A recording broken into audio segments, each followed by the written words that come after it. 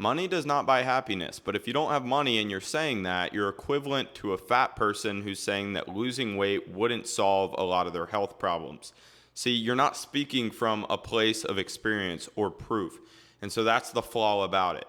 Now, the truth is, after making a good amount of money in my early 20s, I'm 21 years old.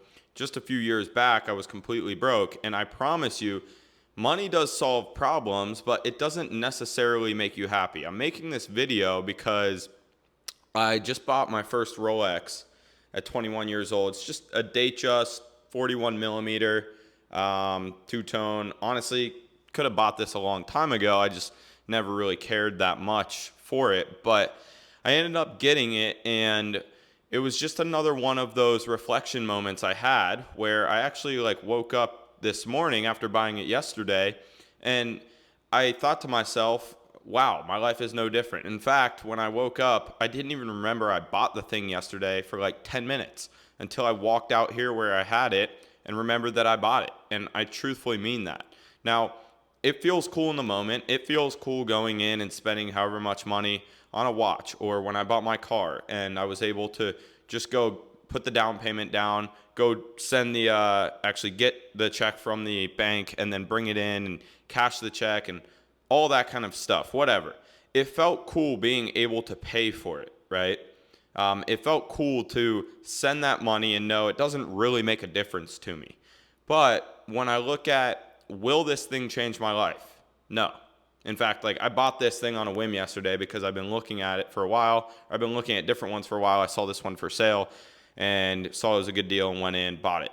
And I did that really without thinking about it, because I think that if you attach a lot of your identity or a lot of worth or value or a lot of brain power even to these types of decisions, whether it be a car, whether it be a watch, whatever it is, any of these materialistic purchases, if you're attaching a lot of value to them by attaching a lot of your time to them and your mental energy towards them, then you're in for something not so great. You're in for a letdown. You're in for a crash of dopamine, and you're in for a depressing feeling of realizing that these material things are not actually going to change your life really whatsoever, right? Versus if I were to not attach much decision making, much brain power, much effort or energy towards it, it actually sets me up for success, because then I can enjoy it for what it is, which is metal, and I don't know if this thing has gold in it, sitting on my wrist,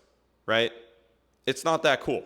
It is just raw materials that sure kind of looks cool, kind of pretty to look at, but at the end of the day, people get this kind of stuff for status and for recognition and all these kinds of things, when the reality is it doesn't really give as much of that. It is just a raw material. Same way that going and buying a car, you're just buying a big old hunk of metal at the end of the day. Sure, it's a hunk of metal that moves fast through the air and sounds cool, and it's been painted to be shiny red and all that kind of stuff like my car, but the reality of it is, at its core, it's not fulfillment. At its core, it's not some amazing thing. Now, on the other side of that, that's no less of a reason to not strive for these things. That's no less of a reason to not go get these things. You absolutely should be pushing to get a cool car. You absolutely should be pushing to get a cool watch or a cool apartment or a boat or a jet ski or whatever kind of thing that you want to buy, cool clothes. You should be pushing for those things,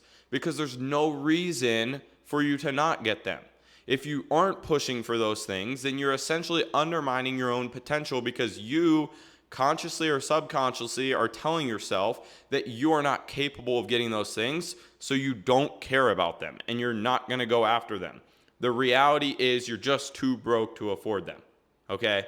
Now, on the other side of that, you need to be pushing for these things and understand that there is far more outside of it that will make you more confident, that will give you more fulfillment, and that will give you more drive and ambition and motivation and the strive for more outside of the materialistic items, right? Me having gone to the gym every day for the last 3 weeks, Monday through Friday, me having eaten and hit my protein goals every single day with Whole Foods Monday through Friday for the last 3 weeks, that has given me far more fulfillment than this will and ever will. And any kind of, no matter what I end up buying, any kind of material object would. Why? Because I am showing myself that when I put my word to something, I'm not only capable of doing it, but I'm capable of being consistent in it. And those are the things that actually give me fulfillment. I get fulfillment from finding something new in business that I didn't know, learning a new skill. I get fulfillment from breaking record months, not for the money aspect of it, but for the game of it, for the love of it, for the fact that I am committing my time, effort, energy, and money towards this thing, and it is working out for the better. That's my scoreboard. When I have a record-breaking income month, I'm not excited about the money. In fact, I really don't go buy anything with it. I just go throw more money into my savings and eventually now investments. But like, I just go throw that money. It's just more stacking up. Like, what's the point of it? I don't even really do anything that amazing with it. I don't care about the money. All I care about is the fact that I went and broke the record, because that's me improving. That's the strive for greatness. That's the strive for perfection that you will never reach, but you should always be obsessed with, in my personal opinion. This strive for more, this strive for better in your life. When you look around and you look at, how does that countertop look? How does the city line look? How are the people around me? What do they look like? What does my watch look like? Like, yes, the money is great, but honestly, I believe that we should all be striving for a more beautiful life, from the people to the things to the connections to like your spiritual life. If you're religious, which I am, like all of these things, you should just be striving for more of, and improvement in, and more beauty in. And that's where I believe that the strive towards more money can create happiness, because you are leveling up and you are reaching new goals. But it's not the money itself that makes you happy. It's not the materialistic things itself that makes you happy. It's none of that.